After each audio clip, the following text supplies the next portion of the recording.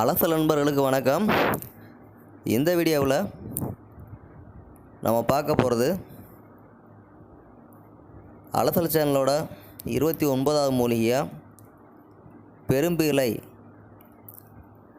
அதாவது பீலை பூவினுடைய சிறு பீலையினுடைய அடுத்த வகையான பெரும்பீலை என்ற மூலிகையை தான் இந்த வீடியோவில் நம்ம பார்க்க போகிறோம்.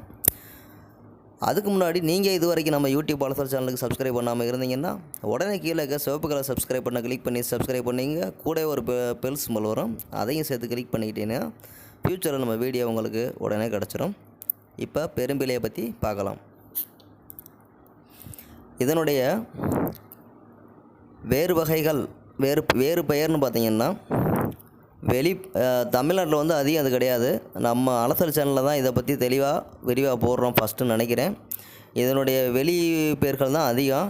இதை வந்து பெரும்பீலைன்னு வந்து நம்ம ஏரியாவில் சொல்கிறாங்க. அதை பற்றி தெளிவாக யாரும் இது வரைக்கும் சொன்னது கிடையாது. நமக்கு தெரிஞ்சு நான் உங்களுக்கு இதை பற்றி சொல்கிறேன். இதனுடைய வெளிநாட்டு பேர் வந்து பில் கங்கா அப்படின்றாங்க. பில்னா உங்களுக்கு தெரியும் மெத்தை, அதோட கங்கான்ற வந்து பூக்களை குறிக்கிறது. அப்போ மெத்தை பூக்கள் அப்படின்னு அர்த்தம். இதனுடைய பேர் காரணம் வந்து பில் கங்கா. அடுத்து கபோக் புஷ், இது வந்து ஆங்கில பேர் இதோடது. அடுத்து வந்து இதை வந்து பாலைவன பருத்தி அப்படின்னு சொல்கிறாங்க. இதெல்லாம் வந்து இதனுடைய வேறு வகைகள். இதில் தமிழில் நம்ம பெரும்பீலைன்னு சொல்கிறோம்.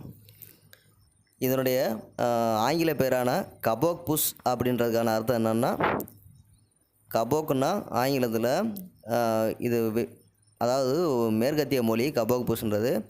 கபோக்குன்னா என்னுடையன்னு அர்த்தம், புஷ்னா அந்த மெத்தை அப்படின்னு தான் அர்த்தம். என்னுடைய மெத்தைன்ற பொருள்பட கபோக் புஷ்ன்னு சொல்கிறாங்க. பாலைவன பருத்தின்னா இது வறண்ட பகுதிகளில் தரிசனங்களில் வளரக்கூடியது. அதனால் வந்து இது பருத்தி மாதிரி வந்து பஞ்சா இதனுடைய பூக்கள் வந்து மென்மையாக இருக்கிறதுனால பாலைவன பருத்தின்னு சொல்கிறாங்க. இதனுடைய வகைகள் வந்து 2 வகை தான், சிறுபீலை, இது வந்து பெரும்பீலை, 2 வகை.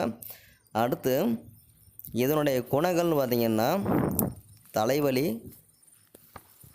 பல்வலி, மெத்தையாக பயன்படுது, தலையணைக்காக பயன்படுது, அலங்காரங்களுக்கு வெளிநாடுகளில் பயன்படுத்துகிறாங்க. இதனுடைய பயன்கள்னு பார்த்திங்கன்னா இதனுடைய குணங்களை சொல்கிறேன். அதுக்கு முன்னாடி இது வந்து இதனுடைய இயல்பு என்னென்னா ஆழமாக வேறுபடக்கூடியது, வெண்மையான தண்டுகளை உடையது, சாம்பல் நிறத்தில் இதனுடைய இலைகள் வந்து இருக்கும், பஞ்சு பஞ்சாக அழகாக நீல வாக்கில் நீண்ட பூக்களை உடையது, பல கிளைகளை விட்டு பிரிஞ்சு வளரக்கூடியது. இது தமிழ்நாட்டில் வந்து நல்லா தரிசு நில பகுதிகளில் வறண்ட பகுதியில் இது அதிகமாக இருக்குது. இதனுடைய பயன்களில் சில குறிப்புகள் உங்களுக்கு சொல்கிறேன். இதனுடைய விதைகளை வந்து பயன்படுத்தி தலைவலி மருந்து வந்து மேற்கத்திய நாடுகளில் தயாரிக்கப்படுது. இதனுடைய இலைகளை கொண்டு பல்வலியை வந்து நம்ம குணப்படுத்தலாம். இதனுடைய இலைகளை கசக்கி வலிக்கிற பல்வலியால் அவதிப்படுறவங்க இதனுடைய இலைகளை கசக்கி வலிக்கிற பல்லை வந்து வச்சு கடிச்சிக்கிட்டிங்கன்னா கொஞ்ச நேரத்தில் அந்த பல்வலி வந்து குறைஞ்சிரும். இதனுடைய மருத்துவ பயன்கள் வந்து அதிகமாக நம்மளுக்கு தெரியல. விஷக்கடிக்கு வந்து இதனுடைய வேர்களை வந்து கூட்டு மருந்தாக பயன்படுத்துகிறாங்க. அதுக்கான ஆதாரபூர்வமான விஷயங்கள்லாம் நமக்கு தெரியல சொல்கிறாங்க. அடுத்து மேற்கத்திய நாடுகளில் இதை கொண்டு செய்யப்படுற மெத்தைகள் வந்து மிகவும் புகழ்பெற்றவை.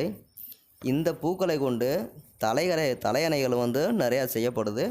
இந்த தலையணைகள் வந்து வச்சு தூங்குறதுனால நிம்மதியான தூக்கம் கிடைக்கிறதாகவும், அமைதி கிடைக்கிறதாகவும், தலைவலி இருந்தால் தலைவலி தீர்றதாகவும், ஆழ்ந்த தூக்கத்தை கொடுப்பதாகவும் நம்பப்படுது. அதனால் மேற்கத்திய நாடுகளில் இந்த பூக்களை கொண்டு செய்யப்படக்கூடிய மெத்தைகள் மிகவும் புகழ்பெற்று விற்பனை செய்யப்படுகிறது. இது தமிழ்நாட்டில் வந்து நம்ம அதிகமாக வந்து நம்ம ஆளுங்க வந்து சிறு குழந்தைகள் வந்து இந்த பூக்களை வச்சு அழகாக விளையாடுவாங்க. தமிழ்நாட்டில் இது பரவலாக காணப்படுது.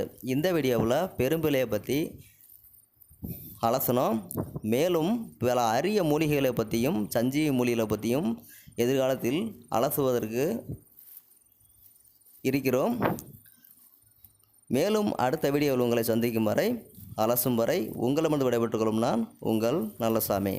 வணக்கம் நண்பர்களே, நன்றி.